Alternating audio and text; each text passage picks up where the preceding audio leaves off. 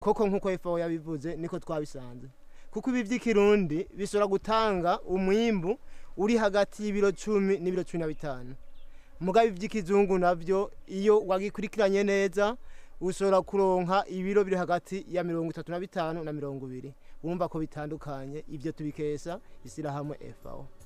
Des associations et membres des champs écoles paysans encadrés par les FAO ont également initié la pisciculture comme activité génératrice de revenus. Lors de la pêche, les bénéficiaires se partagent le poisson qui contribue aussi à enrichir leur régime alimentaire.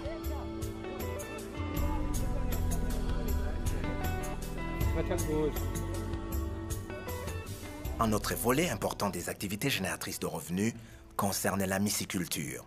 La myciculture, c'est la culture des champignons. Et cette culture a été introduite pour améliorer l'état nutritionnel, mais aussi pour augmenter le revenu de ces ménages qui sont vulnérables. Alors, la FAO a encadré 9 associations et 18 champs écoles paysans.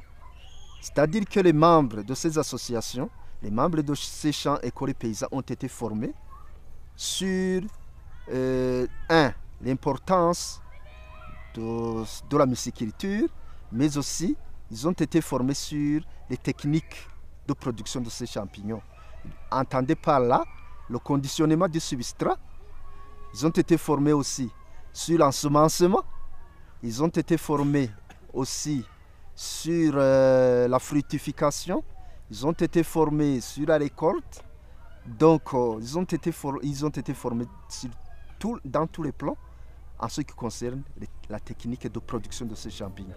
La FAO fournissait les semences et les substrats, mais actuellement, certains bénéficiaires disent qu'ils ont commencé à acheter eux-mêmes des semences à partir d'ailleurs en vue de pérenniser l'activité mycicole. Imbuto z'ibizinu ku cigwa FAO yariko iraduha baratweretse neza ko mu gihugu c'u Burundi imbuto zikorerwa ahantu hatatu muri kaminuza y'u Burundi hamwe n'Ibururi muri Kopede hamwe n'Imparamirundi mu Kayanza niho imbuto ziva kandi imbuto zirazimvye mu gukorwa kuko udafise ubuhinga ntushobora kuronka imbuto. La FAO envisage de réduire progressivement les distributions en semences et substrats et s'impliquer beaucoup plus à appuyer les myciculteurs dans le processus d'autonomisation. FAO yahora iturungikira ibisigarira vy'ipampa bijya bipampa by'ibisigarira nivyo bahora baturungikira. Ibyo rero twarabikoresha rero bakatwereka ati ibi mutabirose mukaronka imbuto muca mwikora kuri ubu buryo bwo gukoresha ivyatsi. Turikora ku vyatsi by'ibisigazwa vy'ibiharage arivyo bita ibiharoharo. Tutarose ibiharoharo turikora ku bisigazwa vy'umuceri bijya bakuyemwo umuceri. Hanyuma tukashaka kwikora ku bisigazwa vy'ibiyoba bijya bakuye ku biyoba. Ivyo vyose ni vyatsi bitera ibizino. Tumaze gukoresha ibicericeri twaciye dusanga ibicericeri bifise umwimbo munini ku bipampa kuko turavye inyungu twaronse ku bipampa iri hasi yo ku bicericeri. Partout, que ce soit à Rumonge, Makamba et Rutana, la culture des champignons a été une réussite vu l'engouement qu'elle a suscité chez les bénéficiaires et les profits qu'ils en tirent. Abantu benshi bari baziko atakizinu cyorimwa mu nzu. Atakizinu cyotegwa ahantu hejuru kwitajera aho bawateguye mu nzu itava ivyo onya abantu ntibavyumva. Ariko kugera ubu abantu baramaze kuvyumva baramaze kubona ko ikizinu kirimwa mu nzu kigasoromwa kigafungurwa kikadandazwa kikavamo amafaranga. Twarashoboye kwisuganya turagura impene imwe ubu turamaze kugera ku mpene 17 twaguze.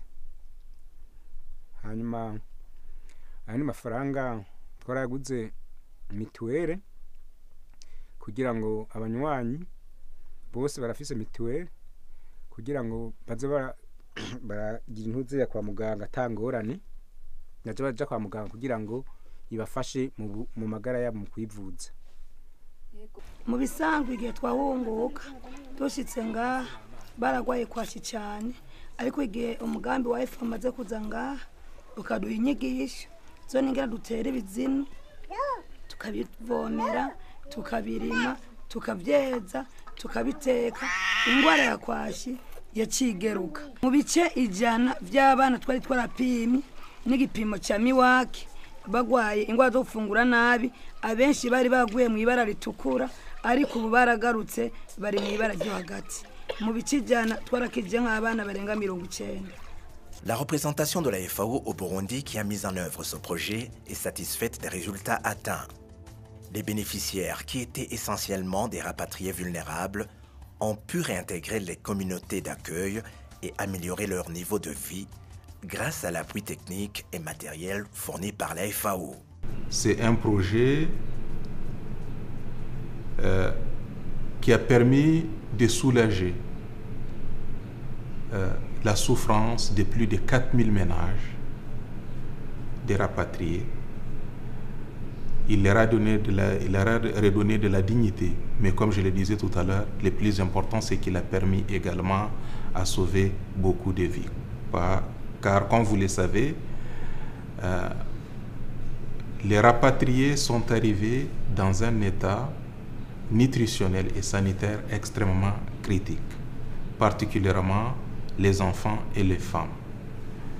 Grâce au travail de la FAO, aujourd'hui, l'essentiel, pour ne pas dire l'ensemble de ces rapatriés qui vivent dans l'Evry ont une activité décente qui leur permet de vivre, mais également de diversifier leurs sources de revenus. L'autre élément sur lequel la FAO a également travaillé, c'est la cohésion sociale entre ces rapatriés, mais également les communautés d'accueil.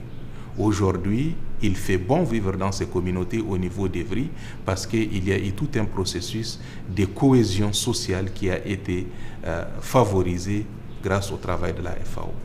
La FAO a aussi mis en place des mécanismes pour pérenniser les acquis du projet et empêcher que ces rapatriés ne retombent dans leur état premier d'extrême vulnérabilité.